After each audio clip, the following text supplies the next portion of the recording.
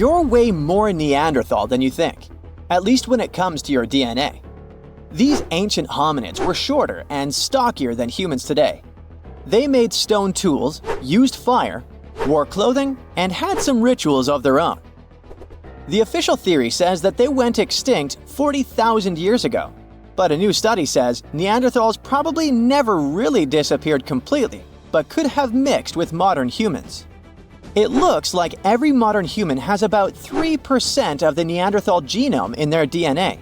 If it's accurate, it means Neanderthals were more connected with our ancestors than we previously thought, and shared a long history of living together. Neanderthals were very close relatives of modern humans, but our families separated about 500,000 years ago. More than 10 years ago, scientists discovered that Neanderthals had families with the early humans who traveled out of Africa. Because of this, people living outside of Africa today have about 1 to 2% of Neanderthal DNA in their genes. We now have only 3 really good examples of complete genetic code from these ancient hominids. The first one comes from bones found in a cave in Croatia that are 50,000 to 65,000 years old. 2 more examples, which are about 80,000 and 50,000 years old, were found in caves in Eurasia. Scientists still aren't sure as much about how modern human DNA got into the Neanderthal genetic alphabet because they don't have enough material to study. But they did compare the existing DNA of 3 Neanderthals with the DNA of 2,000 modern humans. They found that the Neanderthal DNA might be made up to 3.7% of modern human genetic code. It means that in the ancient Neanderthal population, about 1 in 30 parents were modern humans. The scientists found that modern human DNA got mixed into the Neanderthal genetic alphabet during at least 2 periods when humans and Neanderthals were interbreeding. This happened once about 200,000 to 250,000 years ago, and again about 100,000 to 120,000 years ago. There might have been other times they mixed, but we can't see those in the DNA we have now. Another recent study, which hasn't been fully checked by other scientists yet, says that most of the Neanderthal DNA in modern humans came from one big period of mixing, about 47,000 years ago, that lasted for almost 7,000 years. Scientists found skulls that are about 100,000 years old in 2 caves in the Middle East. These skulls look like they belonged to early modern humans, but have some features like bigger eyebrows that might show they had Neanderthal DNA. This could be because of gene flow from Neanderthals, and it fits in the mixing time frame. The study also looked at the genetic differences in the 3 Neanderthal genomes and found out that Neanderthals had an even smaller population than scientists thought before. It could be another proof that Neanderthals didn't just go extinct, but became part of the modern human gene pool. Many groups of modern humans left Africa and mixed with Neanderthals so much that Neanderthals couldn't stay separate. In the future, scientists want to study how modern human DNA affected Neanderthals. This could help us understand if this mixing had good or bad effects on Neanderthals. Neanderthals aren't our only relatives from the past. There used to be at least 9 species of humans on our planet. One of them, Homo habilis, earned the nickname handyman because stone tools were found with its remains. It lived in eastern and southern Africa. This early human had a slightly larger brain than its older relatives and an ape-like face. Homo habilis was about 4 feet tall and ate a variety of foods. For a long time, scientists thought Homo habilis was the oldest member of our human family. But new dating methods have shown that Homo erectus, another ancient human, might be older and not related to Homo habilis. Homo naledi is a more mysterious member of our human family, discovered in a South African cave in 2013. It's the only region of the world where their remains were found. They walked on 2 feet, but were also good at climbing trees. They were small, about 4 feet 9 inches tall, weighed around 88 pounds, and had small brains. We don't know much about how they lived since we haven't found stone tools or other cultural evidence. But some scientists think they might have buried their deceased and made cave art. In 2010, scientists found some fossils in a cave in Siberia, but they weren't sure what species they belonged to. These fossils are from a group called the Denisovans, who lived between 194,000 and 51,000 years ago. We don't know much about them because we only have a few fossils, but DNA analysis has shown that Denisovans were closely related to Neanderthals and modern humans. They even had families with early humans, especially in Southeast Asia. There aren't enough fossils to give Denisovans their own species name, but their genes are found in modern humans, which means they might be part of our own species. As scientists study more about Denisovans and fossils in Southeast Asia, we might understand better how different species fit into the Homo family tree. In 2003, they found fossils of a very small human-like species in a cave on the island of Flores in Indonesia. These tiny people lived between 100,000 and 50,000 years ago. They were only about 3 feet 6 inches tall. Scientists think they might have come from another species, Homo erectus, and became smaller over time because they lived on an island with limited food. Because of their small size, they're often nicknamed hobbits. Around 40,000 years ago, Homo sapiens, yep, that's us, were the last humans left out of many different kinds of human-like species that walked on 2 legs. So, the logical question is, what happened to the others? And what did we have to do with their disappearance? Some scientists think we survived because our offspring lived longer, or because we were better at handling changes in the weather. Others think we might have competed with other human species, or maybe mixed with them and shared genes. About 300,000 years ago, the first Homo sapiens lived in Africa. They didn't look exactly like us, but they were more similar to us than other early humans. They had tall, round skulls with almost straight foreheads.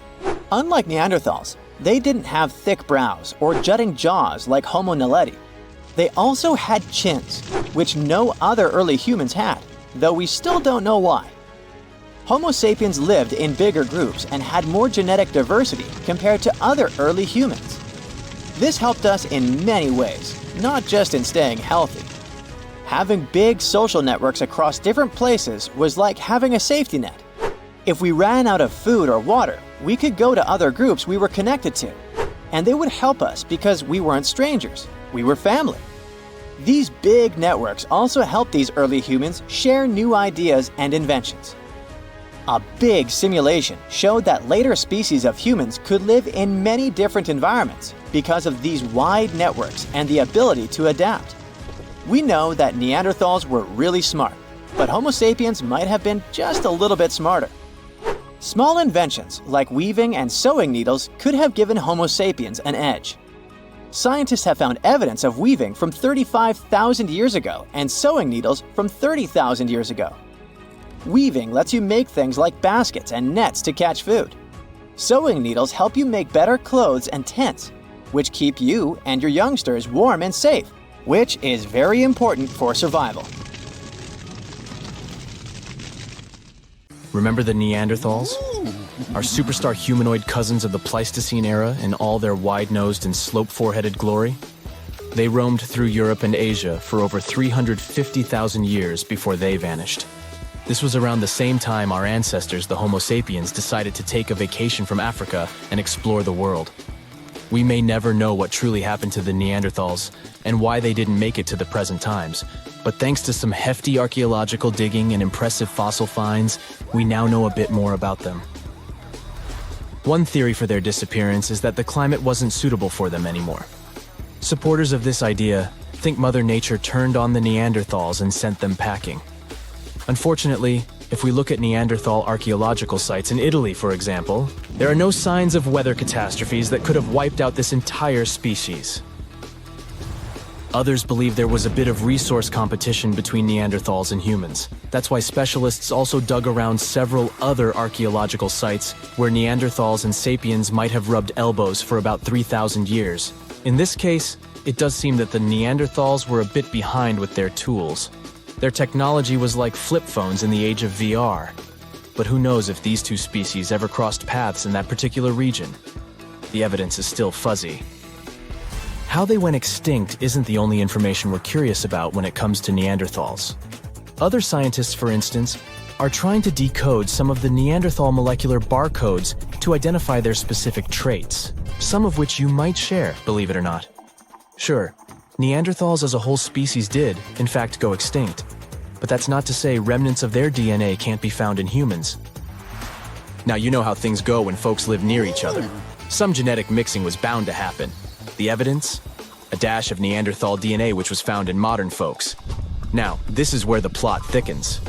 Scientists thought that since Neanderthals never lived in Africa, their DNA wouldn't be found in modern African populations. Well, it turns out that African people have about 0.5% Neanderthal DNA too. This doesn't mean our Neanderthal relatives simply teleported through African territories without leaving any trace behind. What this discovery actually implies is that early humans might have visited Europe, mixed their genetic material with that of Neanderthals, after which they returned to Africa. That's a lot of migration. How did we stumble upon that Neanderthal DNA these days, you might wonder? Well, scientists gathered thousands of people from all around the world. Participants came from places like East Asia, Europe, South Asia, America, and Africa. Percentages may vary, sure, but around 20% of the good old Neanderthal DNA is still found in US modern folks. Sure, the average Joe only carries about 2% of that caveman swagger. If you're from certain places or families that have a smidge more Neanderthal in their gene soup, you're looking at 3% tops. Is there anything in particular that we share with our long-gone humanoid cousins? As it turns out, our Neanderthal ancestors gifted us more than just their company for some thousands of years. They also passed down the incredible legacy of their noses. Well, you see, the Neanderthals were outfitted with some seriously high-rising sniffers. These weren't just cosmetic, they were also quite the asset in chilly climates. The icicle-dripping, teeth-chattering kind of cold where your breath could freeze before it leaves your lips. During those days, the Neanderthal noses worked as personal heaters, warming and humidifying the cold, dry air they inhaled. For that kind of extreme weather, these impressive nasal skyscrapers turned out to be quite handy. When our Homo sapiens ancestors decided to leave the sunny savannas of Africa for a spot of frostbite up in Eurasia, they bumped into the Neanderthals. This encounter resulted in not just an exchange of pleasantries, but also an exchange of genes that coded for larger noses. This newfound genetic nugget was discovered by scientists who dug deep into the DNA of over 6,000 volunteers. To complete the study, these scientists meticulously compared this genetic data to snapshots of the volunteers' faces. They measured the distances between various points on each face, such as the height of the volunteers' nose bridges. They then played a game of spot the genetic marker to identify if certain facial traits were linked with specific genes. By the end of this exciting chase, they hit the jackpot. 33 shiny new genome areas were linked to facial features. One standout gene, named ATF3, was traced back to our Neanderthal ancestors and seemed to be the maestro of controlling nose height.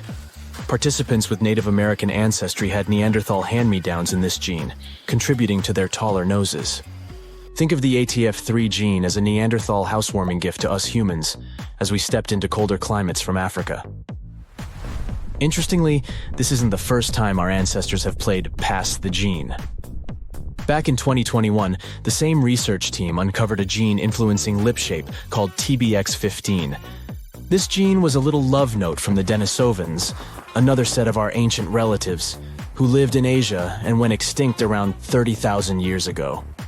Another part of the scientific community believes our Neanderthal buddies had this weird genetic feature when it came to their brains. Is that why they didn't make it?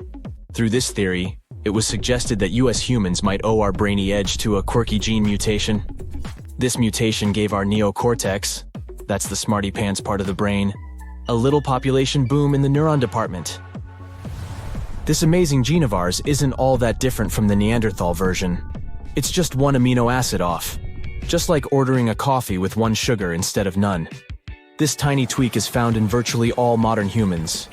Meanwhile, our extinct relatives, the Neanderthals, Denisovans, and other primate pals, all missed the mutation memo, at least according to the study. Now, let's not get ahead of ourselves. Just because we have more neurons doesn't necessarily mean we're geniuses by comparison. But these results do suggest that we might have rewired the brain in a way that gave us a cognitive leg up. Also, it's not all about this lone amino acid difference. It's just a piece of the puzzle.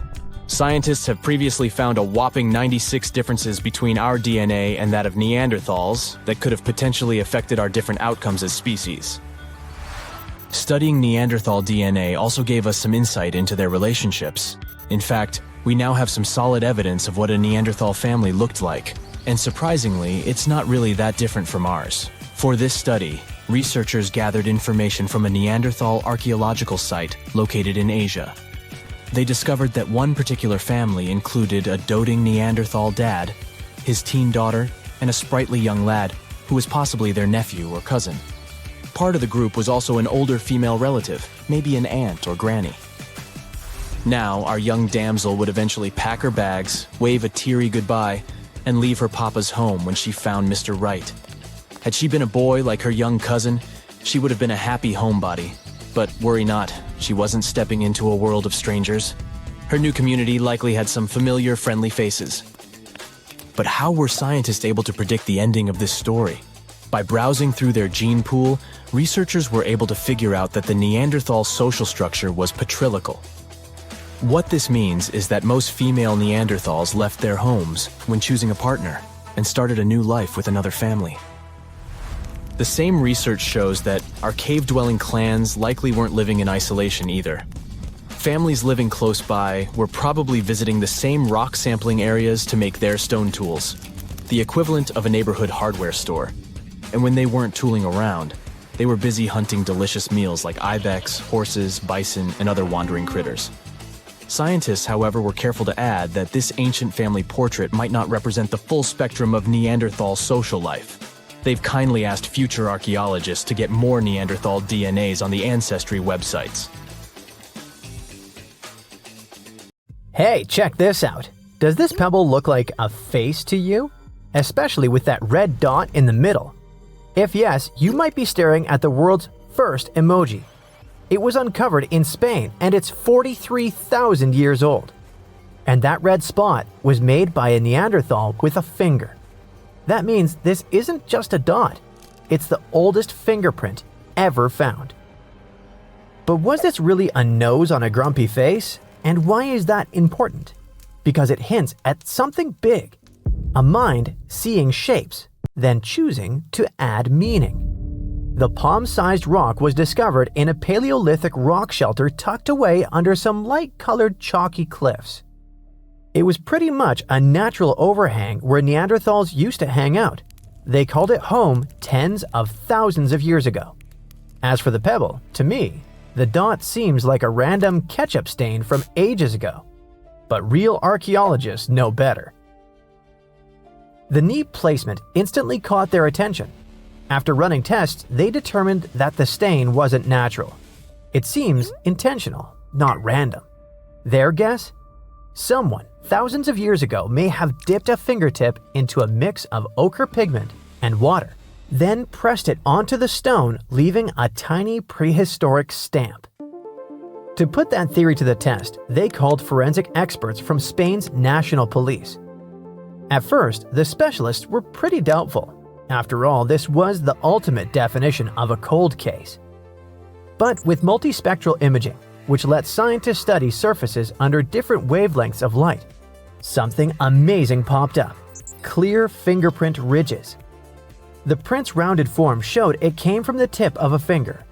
Comparing it with fingerprint databases, the evidence pointed to one likely candidate: an adult male, not a woman or a child. Finding any fingerprint this old is insanely rare. Pigments usually fade, rocks erode, and time wipes away delicate details like ridges.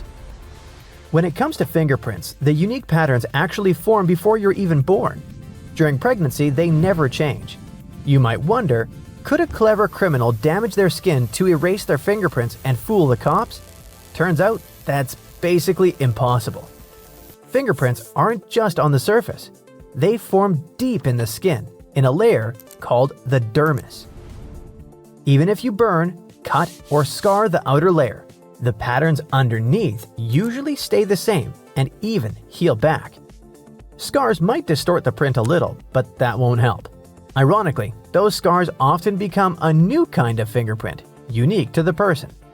With today's forensic tools, even a partial print is enough, not to mention the DNA. Yes, fingerprints are just patterns, but they usually come with sweat, skin cells, or oils that may contain DNA. Here's another cool fact. Koalas also have unique fingerprints just like we do. Under a microscope, even experts sometimes struggle to tell them apart from human prints. Scientists think these ridges help koalas grip branches and pick leaves with precision. The bottom line, fingerprints are basically nature's unhackable signature. It's something humans, Neanderthals, and apparently even koalas have been leaving behind for tens of thousands of years. If it's been a while since your biology classes, here are some clarifications. Neanderthals weren't our direct ancestors, they're more like our long-lost cousins. Colloquially, we call them humans too. But for scientists, Neanderthals and modern humans were different species within the same genus. Kind of like how lions and tigers are both big cats, but they're not the same species. Homo sapiens and Homo neanderthalensis split from a common ancestor hundreds of thousands of years ago. Neanderthals dominated Ice Age Europe. When Homo sapiens arrived around 45,000 years ago, the two met, mixed, and today, most people outside Africa carry about 1 to 2% Neanderthal DNA. Eventually, the balance shifted. Within just a few thousand years, Neanderthals disappeared, while modern humans kept spreading.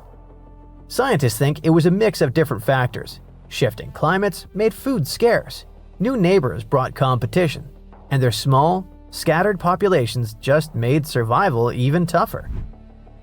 Now, here's why this little fingerprint is such a big deal. For decades, scientists thought Neanderthals were just built for survival. Strong, but simple. Homo sapiens were supposed to be the creative ones. For a long time, scientists thought they were special because they could think in symbols. Tens of thousands of years ago, our ancestors carved patterns into stones, painted animals on cave walls, and wore beads and pigments as decoration. The earliest proof of symbolic art comes from Blombos Cave in South Africa, where humans etched deliberate designs on pieces of red ochre over 70,000 years ago. Those symbols had no survival purpose. Researchers believe they were expressions of ideas, identity, and meaning. That ability to imagine and represent things we couldn't see was thought to be uniquely human. But this one tiny red dot on a stone challenges that idea. See, the stone already looked like a face, and someone all the way back deliberately pressed a red nose right where it should be. That's symbolic thinking. That could mean that Neanderthals weren't just making tools and hunting mammoths. Perhaps they were able to imagine things. And this isn't just the only clue.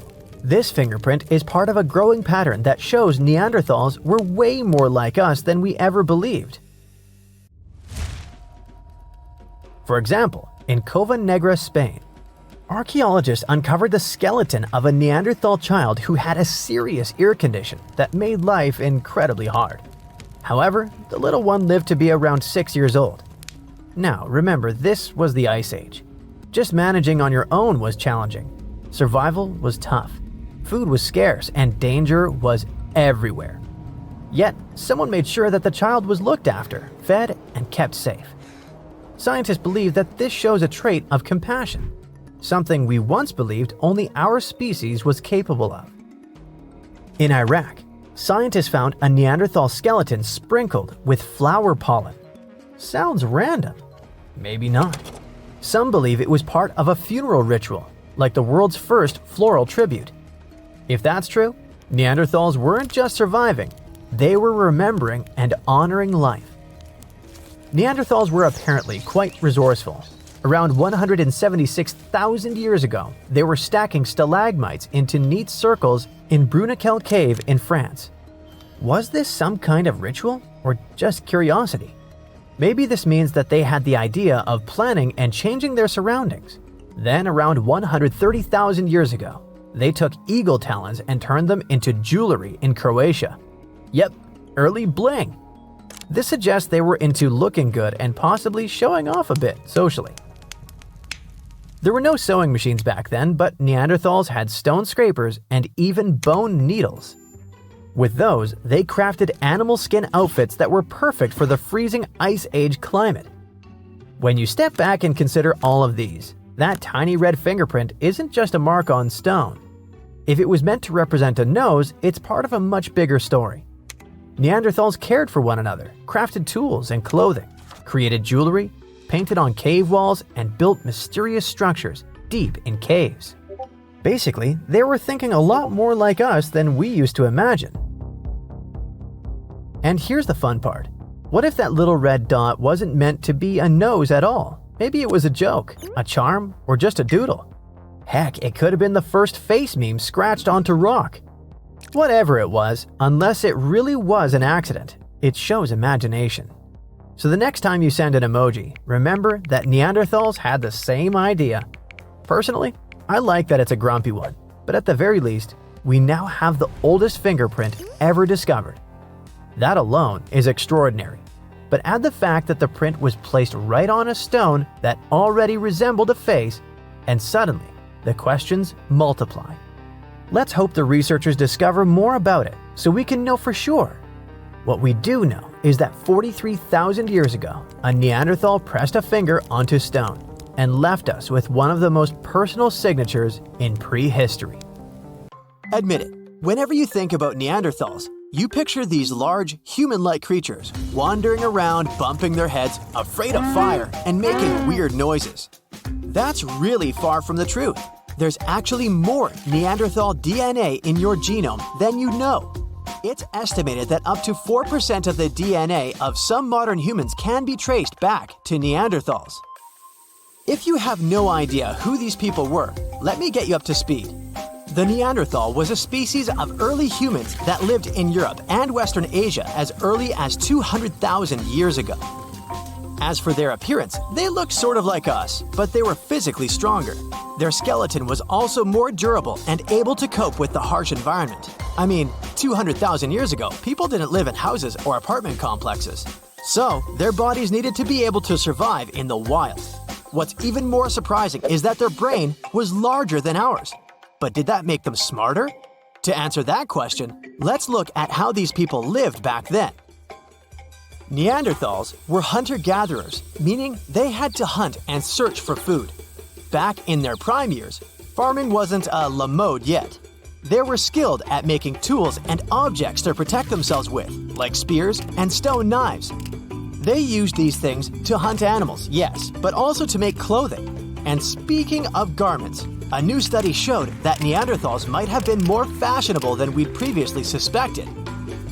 These recent findings show that they may have been skilled in using plants to create yarn. This is based on the discovery of pieces of fabric from over 50,000 years ago in parts of Europe, where Neanderthals used to live. This is really important because it's rare for archaeologists to find perishable artifacts, such as plant products. Most of the things we find these days from previous eras are pottery and pieces of rocks and bones because they can better resist the test of time. Researchers used a special microscope to examine a cord fragment made of twisted fibers, which may have been used for a tool or net. Since it looks like they were able to twist plant fibers into making a cord, Neanderthals had probably been much smarter than we thought. It shows that they had great observational skills and were great at picking out which sort of plant was better to use. They also used fires to keep warm and cook food. It looks like Neanderthals were able to make use of flames that popped out spontaneously, but were not able to create them consistently. Scientists have looked at some Neanderthal sites and found large amounts of ash. That means they had to constantly maintain a fire because they were unable to start it again if it went out. Other specialists believe Neanderthals did use fire, but they did not necessarily need it due to their physical abilities, which allowed them to handle cold temperatures better than modern humans. So, what did Neanderthals eat? Scientists have been able to get a glimpse into their menu, but that's only because these ancient creatures had this nasty habit. They didn't brush their teeth. If you don't brush your teeth regularly, a film called dental plaque will form on the surface of your pearly whites. Over time, this plaque will harden and turn into tartar or dental calculus, which is a combination of minerals, microbes, and leftover pieces of food. Scientists can use bits of the material trapped in dental calculus on fossils to study what our distant cousins ate and what their lifestyles were like. They can also examine ancient DNA to determine the species of microbes present in the mouth of a Neanderthal. Turns out that those living in Belgium ate mostly meat, including woolly rhinoceros and wild sheep, according to the DNA found in their teeth. On the other hand, the Neanderthals found in the El Citron cave in Spain had a more plant-based diet, including mushrooms, pine nuts, moss, and tree bark. Other Neanderthals from different locations also showed consistent evidence of eating plants. One of the Spanish Neanderthals even had dental problems, and the researchers found evidence of medicinal plants in his teeth. He may have been trying to treat his pain.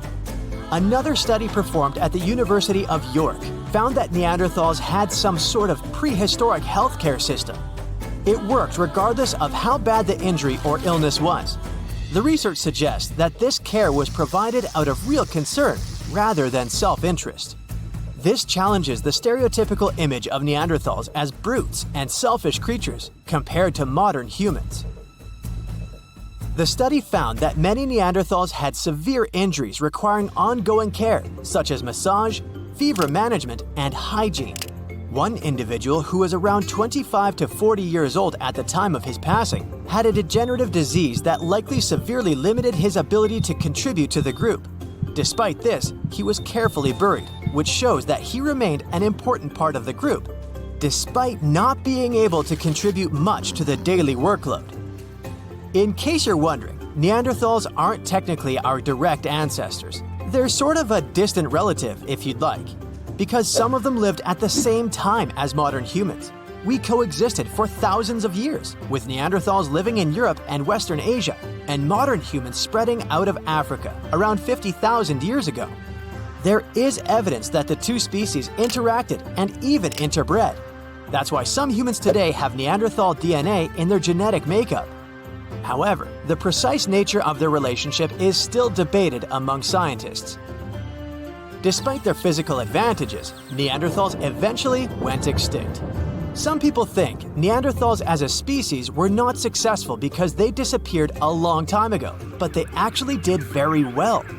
They lived in difficult conditions for a very long time, much longer than modern humans have been around. Modern humans have only been around for about 100,000 years or so, and only started living in cold areas about 40,000 years ago. There are many factors that may have led to the extinction of Neanderthals. It is believed that changes in their natural climate and competition with modern humans were two of the main reasons. Neanderthals specialized in hunting certain animals, but when those animals went extinct, they may have struggled to find food. Additionally, modern humans had advantages, such as trade networks and better technology, including sewing needles or bows and arrows, which may have given them a competitive edge. Although there is no evidence of direct conflict between the two species, it is known that they interacted. Some people even believe that Neanderthals did not fully go extinct, since their traces of their DNA can still be found in some people. So, what if the Neanderthals hadn't gone extinct? Charles Darwin pointed out that many of the unique traits of humans, like emotions, intelligence, language, and social behavior, can also be seen in some form in other animals. Our closest relatives, such as Homo erectus and Neanderthals, were also quite similar to us. However, Homo sapiens are the only surviving members of the hominin group, which includes around 20 known and potentially many more unknown species of humans and human-like apes. Even if the Neanderthals had survived, they would have probably integrated into society and evolved at the same time as modern humans did. One theory suggests that since they were outnumbered at one point by Homo sapiens, their traits would have eventually merged with ours. Those less advantageous, like their inability to produce fire, would have disappeared over generations. Other theories suggest that maybe they wouldn't have wanted anything to do with us. Looking at our differences rather than our similarities, maybe they would have developed their own communities, choosing to live separately from the modern world. Either way, it's hard to predict how a species that disappeared so many years ago would behave today. But what we do know is that you need to think twice next time you want to call someone acting weird a Neanderthal. Your DNA might make you the Neanderthal in the room.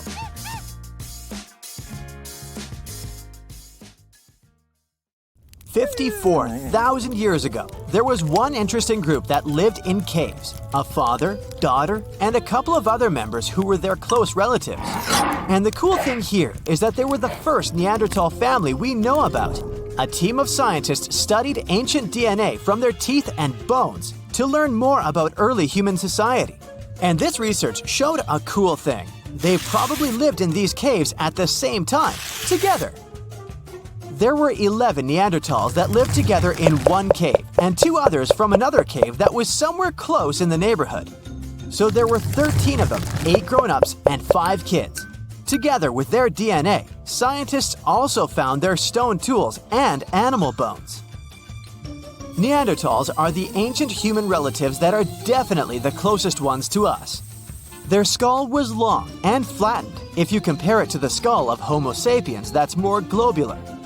They also had this specific prominent brow ridge above the eyes.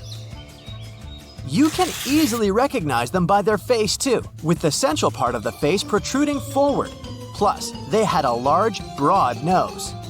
Some believe their nose was a way of adapting to living in cold, dry environments. When the inside of the nose is bigger, it moistens and warms the air you breathe better. Unlike us, they didn't have much of a chin. Also, scratch marks on their front teeth tell us Neanderthals used them like a third hand when they would prepare food and work with materials they used.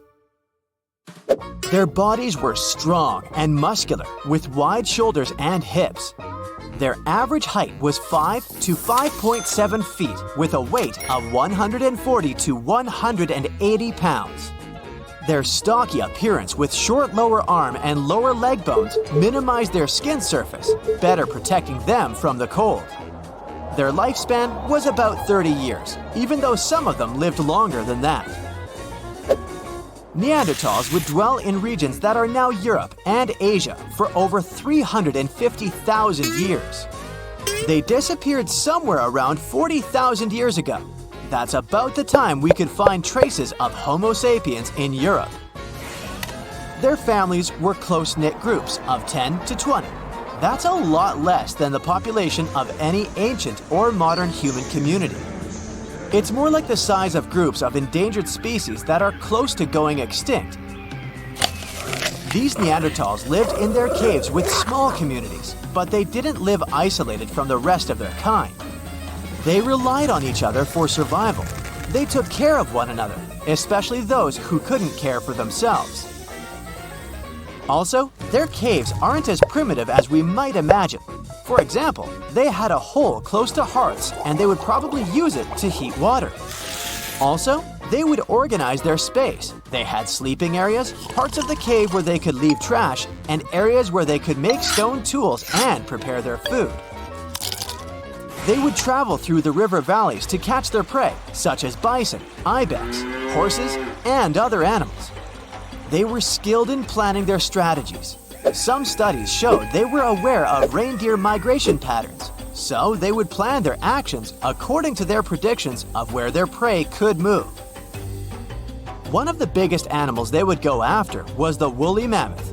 You know them, a relative of modern elephants covered in fur with a weight of up to 12,000 pounds that went extinct a long time ago.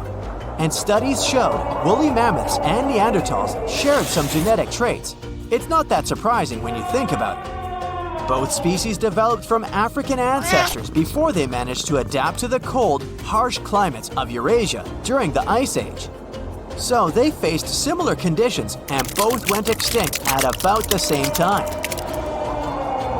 Neanderthals also used stone to make tools, similar to ones other early humans used, such as scrapers and blades made from stone flakes.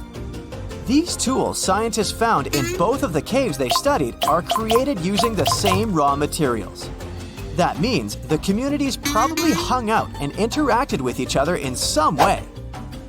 Until the 20th century, many thought that Neanderthals were very different from modern humans, considering their genetics, physical appearance, and behavior. But more recent discoveries about this well-preserved Eurasian fossil population have shown that some of the people in it were the same as people alive today. Neanderthals lived before and during the last ice age, in some of the harshest places that humans have ever lived. Besides their tools and catching animals, they also gathered plants from around their area. They would also eat cooked vegetables relatively often. Their ability to stay alive for tens of thousands of years during the last ice age is a good example of how humans can adapt to almost any situation. Neanderthals made the earliest cave art that we know about. Scientists explored 3 Spanish caves where they lived, and all of them had black and red paintings of dots, animals, and geometric symbols, together with handprints, hand stencils, and engravings. These paintings were made more than 60,000 years ago. Since Homo sapiens came to Europe 20,000 years after that, we can assume Neanderthals were the only human species on the continent at the time, so they must have been the ones who created this art. Also, these caves were 435 miles apart, so it wasn't like only some of the Neanderthals knew about it. Paintings were obviously their long-lived tradition. They were also big fans of fashion. They made their own jewelry, some of it out of eagle talons. The oldest examples we could find are nearly 130,000 years old. They also most likely used pigment to camouflage or decorate their bodies. Also, Homo sapiens weren't the only species that used fires. Researchers looked at more than 140 fireplace sites across Europe and realized Neanderthals used fire there for a long time too. These signs included charcoal, burned bones, and heated stone artifacts. Neanderthals used fire for cooking food and making tools. They would stick wooden shafts into pieces of stone with pitch, which would be like natural glue. Since burning the bark of birch trees is the only way to make this sticky liquid, the Neanderthals must have been able to control fire. Most people imagine Neanderthals probably grunted, but that's not true in reality.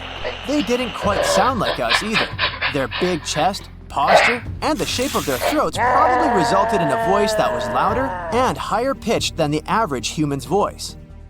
They probably didn't have sophisticated vocabularies as we do, but they could use complex speech because they had the hyoid bone. It's this little thing we have in our neck too, the one that supports the root of our tongue. It's the same feature that allows us to vocalize as we do. They were more similar to us than we might expect. Some believe Neanderthals even built boats so they could sail across the Mediterranean. And it's not like Neanderthals lived somewhere, went extinct, and then modern humans showed up. It seems these groups did meet around 100,000 years ago in the Arabian Peninsula or in the Middle East. That's when the first groups of modern humans were moving from Africa. Scientists analyzed the DNA of one of the Neanderthal women that lived more than 50,000 years ago, and it includes genetics from modern humans too. Some traits we have, like skin and hair color, mood, and sleeping patterns, are connected to the amount of sunlight we get. Neanderthals lived in Europe and Asia for a long time before modern humans arrived there, so they were used to less sunlight compared to the ones who came from Africa. Neanderthals had different traits because of their exposure to less sunlight, and these traits were passed on to their offspring when they had children with modern humans. In other words, some of the traits that modern humans have today are influenced by Neanderthal genes. For example, people who are night owls often have Neanderthal genes. Also, around 1% of Neanderthals had light skin, red hair, and perhaps even freckles. There's an amazing place in Ethiopia, East Africa, called Hadar. This place is a treasure trove. We found tons of old animal fossils there. And among those remnants, we discovered something very special, the fossils of a creature called Australopithecus afarensis. One of these guys was found almost complete. You might know it today by the name Lucy, after a famous song by the Beatles. Lucy was a small lady, only about as tall as a kitchen counter. She lived 3.2 million years ago and became a huge celebrity when we found her in 1974. She helped us learn more about our early ancestors, creatures called Australopithecines. Around 10 to 12 million years ago, there was a group of animals that broke into two branches. One of the branches led to modern apes, while the other led to humans. This separation happened because one group decided to stay in trees and became what we now call gorillas, chimpanzees, and orangutans. They moved around using all four limbs and lived in forests. But the other group decided to live on the ground and try walking on two legs. Because of that, their brains started getting bigger over time. And over millions of years, they became bald monkeys who watch videos on YouTube. Yeah, you know who you are. Lucy, like other Australopiths, was a bit different from us. She still looked like an ape and lived during a transitional stage. She could walk on two legs, but didn't do it all the time. Sometimes she climbed trees, just like a monkey. She and her buddies were the first step in human evolution. Then came a new branch of evolution, Homo habilis, or handyman. They were the first members of the Homo genus because they were the ones to start developing stone tools and first show human creativity. They probably used these tools for scavenging and processing food. We found the first clues about them back in the 1960s. They walked around East Africa about 3 million years ago.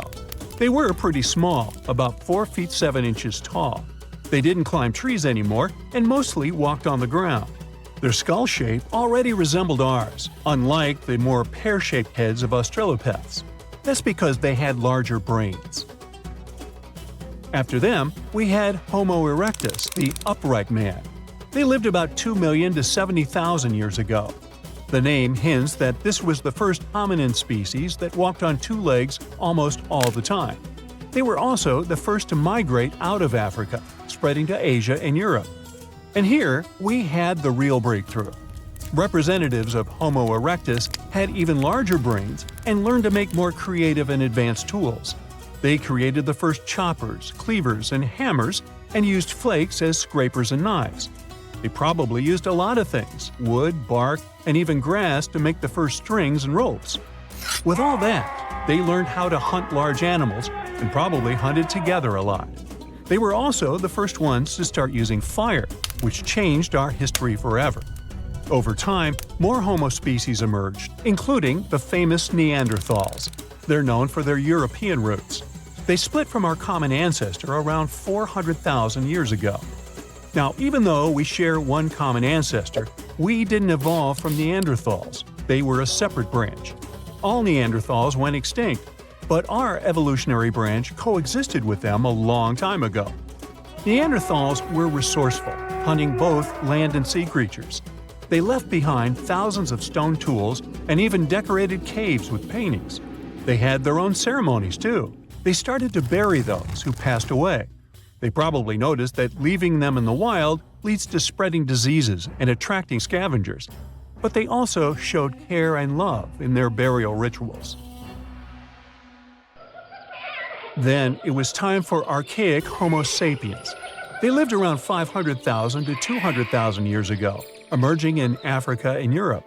This was the last leg between our ancestors and our modern species, Homo sapiens. The brain just kept getting bigger. They started to show more complex behaviors, not only burial and interesting stone tools, but also smart hunting strategies and planning for the future. They probably had a diverse diet that included both hunting and gathering. And finally, we reached the anatomically modern Homo sapiens. They emerged around 200,000 years ago in Africa. They had a similar skeletal structure and brain size to modern humans, and their behavior was pretty close to ours. They had complex social structures, started thinking in symbols, and so on. They migrated out of Africa around 60,000 years ago, spreading across the globe and eventually replacing other hominin species, such as Neanderthals. They started to create their first languages and form their first words. The first words were probably very simple, like "ah" to call someone and "ma" for babies. After evolving into our final stage, we started advancing in our cultural and technological development. This development became very rapid over the last 200,000 years. About 12,000 years ago, the Neolithic period, also known as the New Stone Age, began. It marked the end of the glacial period. Humans started living in settled villages instead of constantly moving around. This change was brought about by the advent of agriculture, which allowed people to grow crops and raise animals like goats and sheep. Early humans started to domesticate animals, such as sheepdogs, for herding. We also started making the first art, leaving famous drawings in caves, handprints, animals, mostly cows, hunting, and many others. We even created the first currency. We began using clay tokens for transactions. This marked the beginning of commerce and the use of money. And finally, we started writing. And now the events could be recorded and passed down through written records. This is when history officially began. From that point on, we saw the development of agriculture, the rise of complex societies, the invention of writing and the wheel, and the emergence of civilizations. Our tools became more and more sophisticated, languages appeared, leading to the diverse cultures and societies seen today. So, why have we stopped evolving? The truth is, we haven't. Human evolution is an ongoing process, although it's not as dramatic as it used to be. We adapt to different environments, have different skin tones, appearances, body sizes, and genetic mutations that have influenced traits like lactose intolerance or resistance to certain diseases. But the world we live in today is very different from the one our ancestors inhabited. We don't suffer as much because we've developed technology, culture, and social systems. Thanks to this, evolution slowed down, seeing that we're doing okay as we are now. What we started experiencing is cultural evolution rather than a physical one.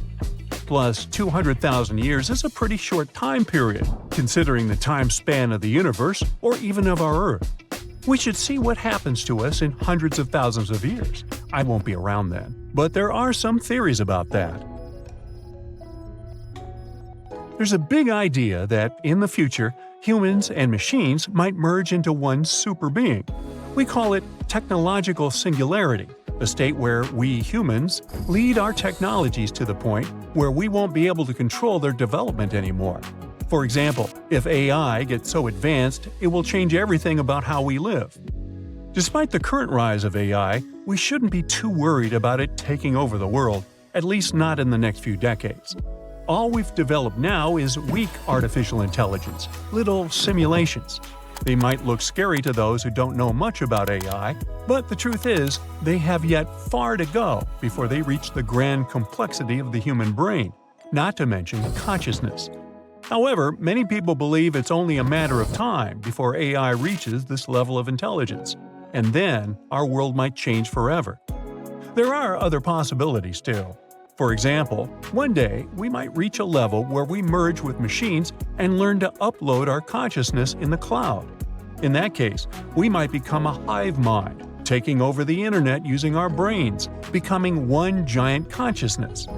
No matter what happens in the future, one thing's certain: technology is changing fast, and it's going to affect all of us sooner or later. You know what? Every species on the planet needs to adapt to the world around it to survive. Human beings are no exception. We didn't exist millions of years ago. The oldest skeleton of a modern person ever found is about 196,000 years old. But even in this relatively short period of time, our species has evolved a lot. In fact, we've never stopped evolving. At least that's what some scientists think. And some of our traits seem to prove it. About 20,000 years ago, I wasn't around then, only children could drink milk without getting an upset stomach. But then humans domesticated animals like cows and goats. A new gene developed in people's bodies down the generations. Today, about a third of all the world's population can drink milk in adulthood. In fact, this ability actually developed independently among different groups of people all over the planet. Our jaws are also not as big as the ones our extinct relatives had. They got smaller because our soft processed food is nothing like the diet of our ancestors. Our teeth themselves have become smaller too, and some have even disappeared completely. Plenty of people may never develop third molars, known as wisdom teeth. But for our ancestors, these teeth were vital. Third molars usually develop when someone is 18 to 25 years old. By this time, most of our ancestors' teeth had become worn out, so the third molars were possibly replacements. But some slight changes in human anatomy may have nothing to do with evolution. For example, people have generally gotten taller over the past few hundred years. The most likely cause of this is simply better nutrition, as well as access to modern medical care, and perhaps basketball. But what changes await humanity in the future? Of course, nobody can tell for sure, but the experts do have some interesting theories. One possibility is that we could get shorter as we adapt to life on our overpopulated planet. Studies have shown that shorter people consume a lot less energy and resources than taller people. In the era of hunter-gatherers, humans didn't meet many others in their day-to-day lives. Now, people have to adapt to life in densely populated cities. And who knows, maybe given enough time, our genes will respond to this change and reduce the average person's height. Another possibility is that more and more people will look alike. Modern humans travel a lot. As different types of people interact and have children, our genes are becoming more and more mixed up. In the future, this might make some physical characteristics a lot more unusual. The average-looking person might have darker skin and hair, and traits like freckles or blue eyes could become a rarity. Some scientists think that evolution won't play an important role in our future at all. Unlike our ancestors who lived millions of years ago, we now have a very advanced culture based on cooperation and modern technology. So, we no longer need to literally struggle to survive. Because of this, we may actually stop developing as a species and remain pretty much the same far into the future. If our evolution does continue, though, there's a chance we'll become more complex and intelligent creatures. Because of technological progress, the way we deal with problems could depend more on our intelligence than our physical abilities. So our brains might become larger. This may already be happening. I know mine is getting bigger. Some scientists' measurements show that the skulls of Americans are actually getting bigger on average. The room in there for the brain has increased about the size of a tennis ball. Or maybe the opposite will happen, and our brains will shrink. This direction of development has actually been around for a lot longer. Some people think that the male human brain has been getting smaller for the past 20,000 years. Hey, just ask females. If it continues to decrease at the same rate for the next 20,000, it'll end up being the same size as the brain of an archaic human who lived about 2 million years ago.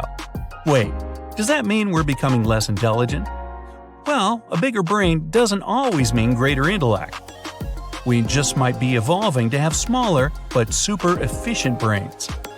Another theory is that our bodies might learn to use calories from fast food. Things like pizza, fries, and donuts contain trans fats. These chemicals are difficult for our bodies to digest. But what if humans of the future somehow adapt to this kind of food, if we eat it for long enough? After all, the same process has already happened with milk. In a few thousand years, people may develop genes that can break down trans fats and absorb something healthy from them. If they still enjoy eating burgers and fries, of course. Donuts. People of the future might have less hair than we do today. Hair was vital for our ancestors. It helped regulate their body temperature, keeping them warm in cold climates and cool in hot environments. Even today, we still have practically the same amount of hair as many apes do. But some scientists have pointed out that our hair is nowhere as near as important to our survival as it once was. Since we now have modern heating systems and clothing for any environment, maybe given enough time, we'll become a lot less hairy.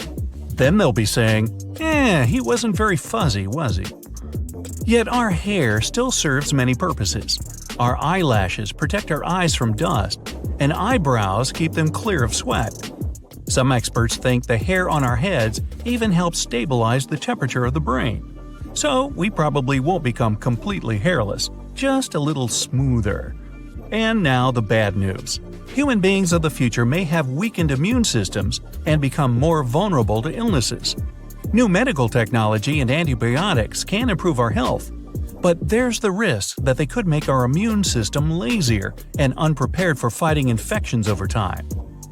Many generations down the line, it's possible that the human body might not be able to withstand even simple diseases without serious medical help. Today, human development isn't determined by biology alone. Technology also plays a role. Maybe one day, people will stop waiting for evolution to give them what they want and begin to change themselves using advanced tech. Doctors already use artificial devices to help people with health problems. So who's to say that machinery and computers won't be used in the far future to completely change our physical abilities? Our descendants might get different kinds of brain implants. Or it could be that people will be equipped with artificial eyes with camera functions. But in this scenario, we could also end up being less knowledgeable. Why learn a foreign language or remember historical dates when all the world's information has been downloaded right into your brain? If human beings eventually become a multi-planet species and colonize Mars, our bodies could begin to adapt to life beyond Earth in interesting ways. The contrast between the environment on Earth and the red planet is so huge that evolution may actually speed up. In this case, humans could adapt to the new physical conditions in as little as 6,000 years, or just a few hundred generations. In the low-gravity environment of outer space or alien worlds, the structure of our muscles could change.